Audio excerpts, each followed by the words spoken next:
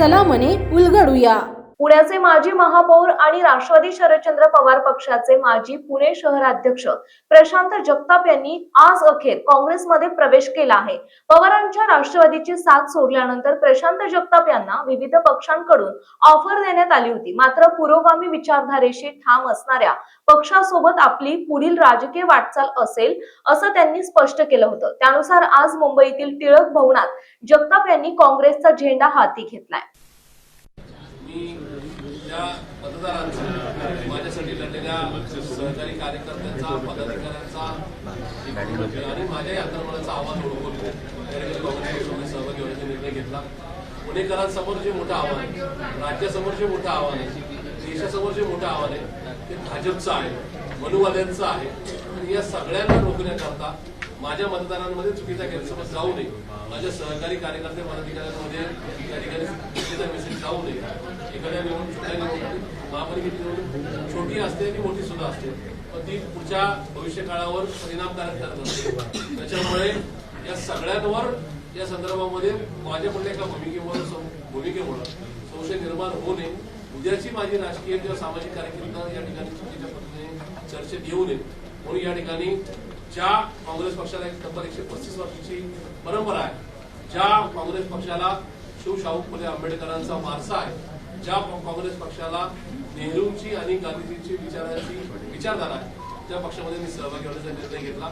पुन्हा एकदा सांगतो, सन्मान्य प्रांताध्यक्ष मान्य हर्षवर्धन सरकारने निश्चित आजन्मरुणी राहिली, त्यांनी मला काँग्रेस पक्षामध्ये प्रवेश केला आणि बंटी पाटील साहेबांचा आभारी आहे। त्याच्यामुळे आज काँग्रेसमध्ये विनाअट येत असताना उद्या काँग्रेस पक्ष निवडणुकीच्या निमित्ताने काय आघाडीची चर्चा करतोय, काँग्रेस पक्ष आघाडीच्या निमित्ताने काय निर्णय घेतोय, हे सर्वस्वी पक्ष नेतृत्व म्हणून त्यांनी आणि दिल्लीत बसणाऱ्या मंडळींनी निर्णय घ्यायचा आहे। त्या निर्णयाला माझी निश्चित संमती राहील।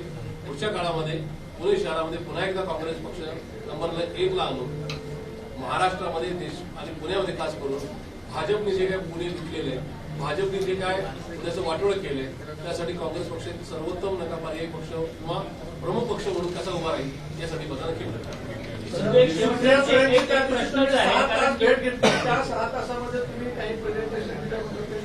माझी तुम्हाला समज आहे, ज्या पक्षामध्ये मी आज नाही त्या पक्षाच्या संदर्भामध्ये मला कुठल्या प्रकारचं स्टेटमेंट करायचं नाही। आज मी काँग्रेसवासी झालोय, तर काँग्रेस काय करेल हा प्रश्न आपण नक्की विचारू। मग तेच मी तुम्हाला विचारतोय, मग तुम्ही पूर्वी शिवशाहू फुले आंबेडकरांची विचारधारा नव्हती आणि आता लगेच शिवशाहू फुले पूर्वी सुद्धा शिवशाहू फुले आंबेडकरांची विचारधारा होती। आज सुद्धा काँग्रेसमध्ये मी येत असं मी पुन्हा एकदा सांगतो की एखादा पक्ष आपल्याला वेळोवेळी संधी देतो, संधी दिल्यानंतर एका मोठ्या निवडणुकीत आपण सामोरं जातो। त्या निवडणुकीमध्ये ज्या पक्षाबरोबर मी पक्षाच्या विरोधात मी निवडणूक लढलो, अर्थात महायुतीतल्या या सगळ्या एका प्रमुख पक्षाबरोबर विरोधात मी निवडणूक लढलो, तिथं एक कार्यकर्त्यांची मोठी फौज ही माझ्यासाठी या ठिकाणी कार्यरत होती। त्याचबरोबर तब्बल 1,28,000 मतदारांनी माझ्या पाठीशी मतदान स्वरूपी पाठिंबा आशीर्वाद दिला। मधल्या काळामध्ये जे काय मागच्या काही दिवसामध्ये घटना घडल्या, त्याच्यामुळे माझ्या कार्यकर्त्यांची कुचंबना व्हायला नको, माझ्या मतदारांची कुचंबना व्हायला नको म्हणून घेतलेला हा मी अंतर्मनाने साथ दिलेला हा माझा निर्णय। मग शरद पवारांनी विचारधारा सोडले का शिवशाहू फुले? मुळात मी पुन्हा एकदा सांगतो, मान्य शरदचंद्रजी पवार साहेब हे या देशाचे मोठे लोकनेते आहेत। ते कालही मला श्रद्धास्थानी होते, आजही आहेत, मोठे सुद्धा राहिले। त्याच्यामुळे मान्य पवार साहेबांच्या संदर्भामध्ये कुठल्या प्रकारच्या या ठिकाणी स्टेटमेंट देण्याचा मला अधिकार नाही। कृपया करून मान्य पवार साहेब आणि सुप्रियाताई सुळे यांच्या संदर्भामध्ये मला कुठल्या प्रश्न विचारला नाही। त्यांच्याबद्दल मला कालही आदर होता, आजही आहे आणि उद्या सुद्धा राहील। एक बात, 2-3 दिवसांमध्ये या राज्यातल्या जवळजवळ सर्वच राजकीय पक्षांनी मला या संदर्भामध्ये आपल्याकडे येण्याचं आवाहन केलं, निमंत्रण दिलं। मी मान्य उद्धव साहेबांनी सुद्धा मला आभार मानतो की त्यांनी मला या संदर्भामध्ये माझ्याशी चर्चा केली। पण मी काँग्रेसी विचाराचा पाईक आहे, म्हणजे मी राष्ट्रवादी काँग्रेस पार्टीमध्ये होतो, काँग्रेसी विचार माझ्या रोमारोमात होता। शिवशाहू फुले आंबेडकरांची विचारधारा मानणारा आणि त्याप्रमाणे रोज रस्त्यावर उतरून संघर्ष करणारा कार्यकर्ता आहे। मला आज वयाच्या 47 वर्षी पुढची 30 वर्षाची खुणावत आहे ती एवढीच आहे की आपल्याला या राज्यातून या देशातील भ्रष्टाचारी जातीवादी धर्मवादी मंडळी हटवायची, मनुवादी वृत्ती हटवायची। त्याच्यासाठी मला काय मिळेल यापेक्षा या राज्याला, माझ्या शहराला, माझ्या राज्याला, माझ्या देशाला एक चांगली निकोप लोकशाही मानणारा किंवा प्रस्तावित करणारा एक पक्ष चांगला मिळेल आणि तो पक्ष काँग्रेस पक्ष असेल एवढंच डोळ्यासमोर ठेवून पक्षामध्ये शरद पवारांचा पक्ष जातीयवादी पक्षांबरोबर गेलाय का सध्या? मला त्या संदर्भात राष्ट्रवादी काँग्रेस पार्टी किंवा माननीय माझे जे पूर्वाश्रमीचे नेते त्या संदर्भात काहीच प्रश्न विचारू नये. मी आज आणि माझ्या 800 जनापर्यंत त्या संदर्भामध्ये आचारसंहिता बाळगेल. त्यामुळे कृपया या संदर्भात मला अडचण अडचण म्हणजे काय नाहीये. असं आहे की कुटुंब म्हणून आपण राहतो त्या ठिकाणी नसतो. एक मी याचा खुलासा करतो.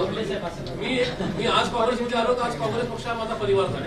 त्यामुळे मी मागच्या एका पक्षामध्ये परिवार म्हणून राहिलो आणि आज मी काँग्रेसमध्ये आलो म्हणून त्या ठिकाणी कुठेतरी त्यांना टार्गेट करणं किंवा त्याच्यासाठी बोलणं असं माझ्या जीन्समध्ये नव्हतं, नाही आणि उद्या सुद्धा नसेल.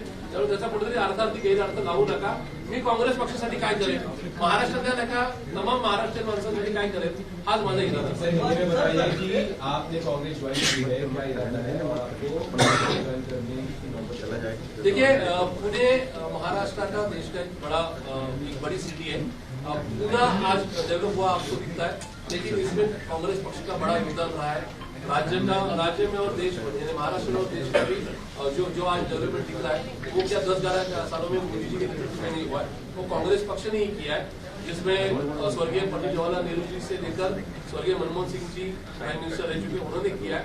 और मुझे ऐसे लगता है कि आज पुणे जो बिगड़ रहा है, महाराष्ट्र जो बिगड़ रहा है, देश में जो एक काफी गंभीर हाल है, उसको फिर से एक बार ट्रैक पर लाने के लिए कांग्रेसी विचारों की जरूरत थी. मेरी जो कॉन्स्टिट्यूंसी है, जहाँ पर मैं मतदाताओं के सामने गया, जहाँ पे मतदाताओं ने बड़े तादाद से करीबन 1,68,000 वोटों से मुझे वो वोट देकर विधानसभा तक पहुंचाने का प्रयास किया. लेकिन दुर्भाग्यपूर्ण जहाँ पे ईवीएम मशीन और बाकी सारी दिग्गज जो चीजें, यानी वोटर मशीन लिस्ट में जो गड़बड़ी हुई, उसके वजह से मैं वहां पर पहुंच नहीं पाया. और कल अगर मुझे वापस फिर 2024 के चुनाव में आगे जाना है तो वहां पे मेरा चेहरा क्या रहेगा, मेरी विचारधारा क्या रहेगी, ये सोचकर, और अगर मैं छोटे चुनाव के लिए कुछ गड़बड़ करता हूँ तो आगे जाके वो मतदाता हो, मेरे सारे साथी जिन्होंने मेरे लिए काम किया है, उन्हें कोई गलत मैसेज न जाए, इसलिए मेरा ये आज का फैसला किया. कॉम्प्रोमाइज किया पार्टी ने, इसलिए आपको ये फैसला लेना पड़ा कि देखिए, जिस पार्टी में मैं 26.5 साल रहा, वो उस पार्टी का आगे नीति क्या रहेगी, उनकी जर्नी क्या रहेगी, उस बारे में अभी मैं उस पार्टी में नहीं हूँ, इसलिए मुझे उसकी भी कोई टिप्पणी नहीं करनी है. और न ही अभी मेरा कोई नैतिक अधिकार है पार्टी का अभी जो कुछ चल रहा है उस बारे में. शरद पवार जी ने खुद ही कहा था कि जातीयवादी शक्तियों के साथ अजित पवार गए. देखिए, कांग्रेस में मेरा आज पहला दिन है. कांग्रेस जैसे मैं पिछली पार्टी में 26.5 साल के बड़े एक्सपीरियंस की वजह से मुझे वहां पर आता था. आज वैसा नहीं है. मैं बड़े यानी क्लियरली बिना शर्त कोई विदाउट कंडीशन में कांग्रेस में आया हूँ. तो आज मेरे प्रांताध्यक्ष माननीय नरसिंह सरकार साहब ने वो जो निर्णय लेंगे, वो जो डिसीजन लेंगे, कहाँ पे किसी के साथ अलायंस करना है, तो वो मुझे आज मानना है और आगे भी मैं मानता रहूंगा. मुझे ऐसे लगता है कि डे फर्स्ट को मेरी ये चीज आप क्या पूरी करो, इस तरीके की मांग रखना, यानी कहीं ना कहीं वो बचपना रहेगा. तो मुझे ऐसे लगता है कि कांग्रेस की विचारधारा बहुत बड़ी है. कांग्रेस जो भी फैसला लेगी, कांग्रेस के प्रांताध्यक्ष माननीय सरकार साहब जो भी निर्णय लेंगे, उसमें मैं शामिल हूँ.